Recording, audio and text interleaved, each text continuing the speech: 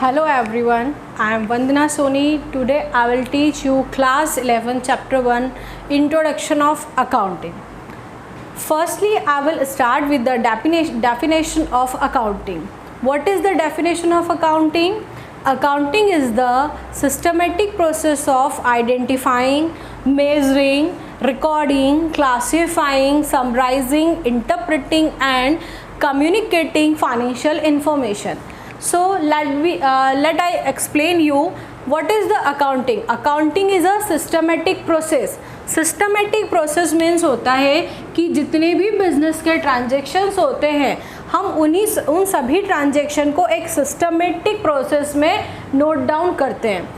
Systematic process of identifying means होता है firstly we will identify the transaction और event of the business. सबसे पहले हमें उस ट्रांजेक्शन को आइडेंटिफाई करना होता है. तो आइडेंटिफाई हम कैसे कर सकते हैं? एवरी ट्रांजेक्शन दो टाइप के हो सकते हैं. एक हो सकता है इकोनॉमिक और दूसरा हो सकता है नॉन इकोनॉमिक. ठीक है, अब हम बिजनेस में कोई भी नॉन इकोनॉमिक ट्रांजेक्शन्स नहीं करते. जितने भी ट्रांजेक्शन होंगे दैट्स ऑल आर इकोनॉमिक. ठीक है, सभी इकोनॉमिक होंगे. Economic means it's related to the money. वो कहीं ना कहीं पैसे से रिलेटेड होते हैं. एग्जाम्पल के लिए जैसे आपकी मदर घर में आपके लिए फ़ूड बनाती है. ठीक है, उन्होंने आपके लिए जो फूड प्रिपेयर किया आप उनके लिए कोई चार्जेस तो पे नहीं करते है ना ही मदर आपसे कोई चार्ज लेती है. तो क्यों नहीं लेती है? क्योंकि वो आपसे क्या करती है? प्यार करती है, आपको लव करती है, आपके लिए कोई सिंपैथी है. तो it's a non economic activity. तो इस टाइप की जब कोई एक्टिविटी होती है तो वो हमारे बिजनेस का इकोनॉमिक ट्रांजेक्शन नहीं होता है. सेम एज अगर आपकी मदर क्या करती है? कुक करती है और उस फूड को वो मार्केट में सेल करती है और जब वो मार्केट में सेल करती है तो उसके अगेंस्ट वो क्या करती है? मनी चार्ज करती है. तो इस कंडीशन में वो एक्टिविटी क्या हो जाएगी? आपकी इकोनॉमिक एक्टिविटी हो जाएगी. और वो इकोनॉमिक एक्टिविटी है तो हम क्या कर सकते हैं? उसकी अकाउंटिंग कर सकते हैं. ठीक है, तो फर्स्टली हमें क्या करना होता है? उस जो भी इवेंट है या जो भी ट्रांजेक्शन है उसे हमें क्या करना है? आइडेंटिफाई करना है. मतलब पहले देखना है कि वो इकोनॉमी है या नहीं. सेकंड होता है मेजरिंग. मेजरिंग मीन्स होता है जैसे मैंने आपको बताया कि जब भी कोई ट्रांजेक्शन इकोनॉमी होगा तो मतलब वो it's related to the money, मतलब हम उसको मेज़र कर सकते हैं. एग्जाम्पल के लिए अगर मैंने मार्केट से क्या ख़रीदा? 5 साड़ी परचेस की. ठीक है ना, 5 साड़ीज़ परचेस की. ठीक है, और हर एक साड़ी की रेट कितनी है? 1000 रुपीज़. मतलब 1 साड़ी जो है वो कितने की है? 1000 रुपीज़ की. अगर मुझे इसे मेज़र करना है तो मैं कैसे करूँगी? 5 sari multiply by 1000 that will be 5000 rupees. मतलब दैट इज़ अ मेजरिंग. मतलब हमें उसको क्या करना है? मेज़र करना है. मेज़र मतलब उसको मनी के फॉर्म में दिखाना है कि वो टोटल अमाउंट कितना हो सकता है. नेक्स्ट है रिकॉर्डिंग. सबसे पहले हमने क्या किया? मैंने बताया आपको एक सिस्टमेटिक प्रोसेस है. इसी प्रोसेस के थ्रू ही हम इस पूरी चीज़ को अकाउंटिंग को करते हैं. पहले हमने उस जो ट्रांजेक्शन है उसे आइडेंटिफाई किया, फिर उसे अमाउंट में मेज़र किया कि कितने का ट्रांजेक्शन हुआ है. Then recording. रिकॉर्डिंग हम कहाँ करते हैं? रिकॉर्डिंग हम करते हैं जर्नल में. रिकॉर्डिंग हम कहाँ करेंगे? जर्नल में करेंगे. जब भी हम बिज़नेस को स्टार्ट करते हैं और अकाउंटिंग करते हैं तो सबसे पहले जब भी कोई ट्रांजेक्शन लिखा जाता है तो वो सबसे पहले जर्नल में लिखा जाता है. देखिए, अकाउंटिंग करने का एक प्रॉपर फॉर्मेट होता है. फर्स्टली क्या होता है? Start with the journal. हम कहाँ से स्टार्ट करते हैं? जर्नल से स्टार्ट करते हैं. जर्नल के बाद मेंटेन करते हैं ledger accounts, then trial balance, then final account.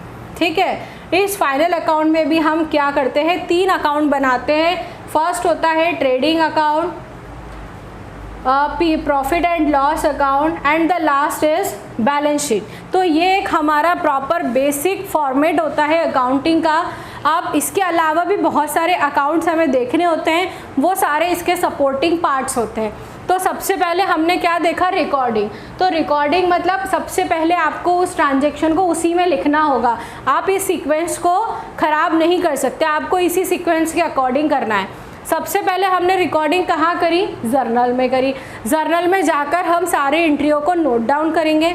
After that classifying, classifying मतलब होता है अलग अलग कर देना। जब हम जर्नल में लिखेंगे एंट्रीज को तो हम सारी एंट्रियां एक साथ होगी, परचेसिंग की भी होगी, सेल्स की भी होगी, एक्सपेंसेस होंगे, रेवेन्यूज होगा, फर्नीचर परचेसिंग होगी, XYZ सारी एंट्रियां हमारी एक साथ रिकॉर्डिंग होगी। अब अगर किसी ने मुझसे पूछ लिया कि इस मंथ में आपकी टोटल परचेसिंग कितनी है, तो मेरे लिए ये सब फाइंड आउट करना बड़ा मुश्किल हो जाएगा जर्नल के थ्रू। इसलिए हम क्या करते हैं, क्लासीफाइंग करते हैं, मतलब सभी के अकाउंट्स को अलग अलग करते जाते हैं। तो ये क्लासीफाइंग किस में होता है, लेज़र में होता है, ठीक है ना। ये जो मैंने आपको बताया कि इसके बाद नेक्स्ट प्रोसेस क्या होती है, लेज़र होती है। हमने क्या किया, जर्नल में सारे आइटम्स, सारे ट्रांजेक्शन को नोट डाउन किया। आफ्टर दैट हमने उसे अलग अलग अकाउंट्स में क्लासीफाई कर दिया, ताकि हमारे लिए एट अ ग्लांस अगर मुझे कोई अमाउंट फाइंड आउट करना है तो वो हम इजीली फाइंड आउट कर सकते हैं। Next is a summarising. अब लेज़र जब हम बनाएंगे, क्लासीफाई करेंगे तो बहुत सारे अकाउंट बनेंगे, परचेज, सेल्स, रेंट में rent, salary, Ram, Shyam, Mohan, XYZ, debtors, creditors, सारे सभी के अकाउंट अलग अलग होंगे। बट उन सभी का क्या होगा, एक बैलेंस भी होगा। उन बैलेंस को हम क्या करेंगे, समराइज करेंगे। समराइज हम कहाँ करते हैं, ट्रायल बैलेंस में करते हैं, ठीक है ना। समराइज मतलब जैसे आपने पढ़ा होगा कि हम इंग्लिश में भी या हिंदी में समरी लिखते हैं। समरी मीन्स होता है इतना बड़ा चैप्टर होता है और उसको हम शॉर्ट में ले जाकर नोट डाउन करते हैं। वैसा ही जर्नल और लेज़र बड़े बड़े फॉर्म होते हैं, क्लासीफाई तो और बहुत बड़ा फॉर्म हो गया। तो इन सभी के फॉर्म को हम क्या करते हैं, समराइज करके एक छोटे रूप में ट्रायल बैलेंस में नोट डाउन करते हैं। और फिर ट्रायल बैलेंस की ही हेल्प से हम क्या बनाते हैं, ये ट्रायल बैलेंस था, इसके बाद प्रोसेस, और ट्रायल बैलेंस की ही हेल्प से हम क्या बनाते हैं, हमारे फाइनल अकाउंट्स बनाते हैं, जिसमें हमारे 3 अकाउंट्स इंक्लूड होते हैं, trading account, profit and loss account and balance sheet, ठीक है। आफ्टर दैट ये हमारी प्रोसेसिंग में, इसके बाद आता है इंटरप्रेटिंग। इंटरप्रेटिंग क्या होता है, इंटरप्रेटिंग मतलब मीन्स होता है एनालिसिस ऑफ योर अकाउंट्स। मैंने ये जो अकाउंट्स अपने बनाए हैं, trading account, profit and loss account and balance sheet, मुझे क्या करना है, इनको इंटरप्रेट करना है, देखना है कि मेरे बिजनेस की पोजीशन क्या है, ठीक है ना। तो ट्रेडिंग से हमें क्या पता चलता है, ट्रेडिंग से मुझे पता चलता है अपने बिजनेस के ग्रॉस प्रॉफिट या ग्रॉस लॉस का। P&L अकाउंट से मुझे क्या पता चलता है, नेट प्रॉफिट का या नेट लॉस का।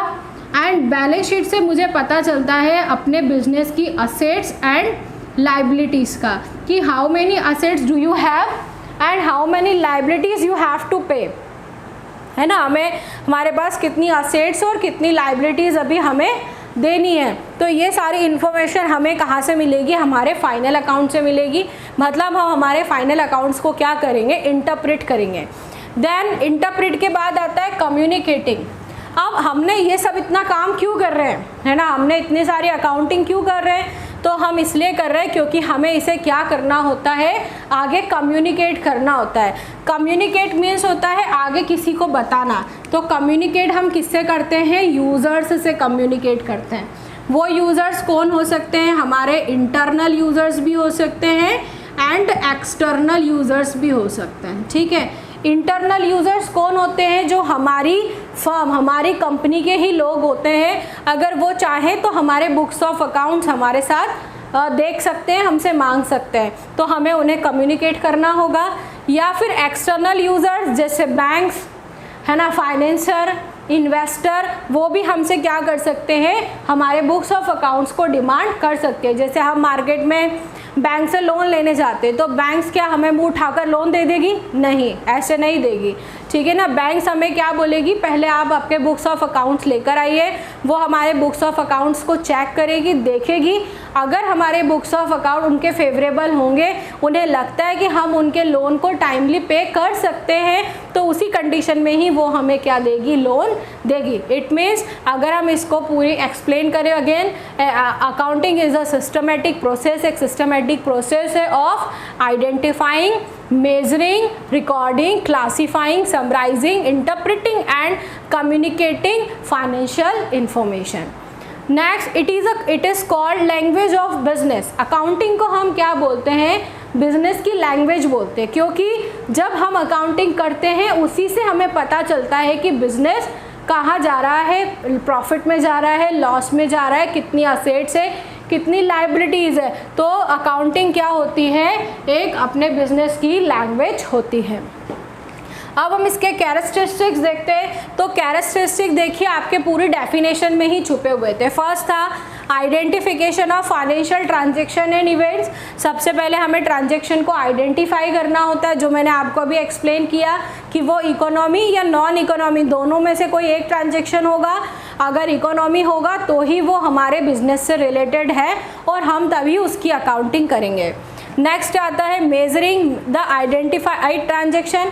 तो जो ट्रांजैक्शन हमने आइडेंटिफाई करा है कि वो इकोनॉमी है तो उसे मेज़र करना, इन टर्म ऑफ मनी में कन्वर्ट करना। एंड द रिकॉर्डिंग हम कहाँ करेंगे, जर्नल में, फिर हमें उसे जर्नल में रिकॉर्ड करना है। क्लासीफाइंग, हम क्लासीफाई कहाँ करेंगे, लेज़र में, उसका डिफरेंट सेपरेट अकाउंट मेंटेन करेंगे। समराइजिंग मीन्स होता है सभी को शॉर्ट फॉर्म में लेके आना। तो शॉर्ट में कहाँ लेके आएंगे हम, ट्रायल बैलेंस में, है ना, हम उसके बैलेंस को शॉर्ट में लिखेंगे। And the analysis and interpretation, और फिर जब हमने ट्रायल बैलेंस की हेल्प से फाइनल अकाउंट बनाया, उस फाइनल अकाउंट को हम क्या करेंगे, एनालिसिस करेंगे और इंटरप्रिट करेंगे कि हमारे बिजनेस की सिचुएशन आज की तारीख में क्या है। And the communicating to the users, हम अपने यूज़र्स के साथ क्या करेंगे, उसे कम्युनिकेट करेंगे। वो यूज़र्स कौन कौन हो सकते हैं, इंटरनल एंड एक्सटर्नल यूज़र्स हो सकते हैं। क्लियर? तो that is the definition and characteristics of the accounting. Okay, thank you.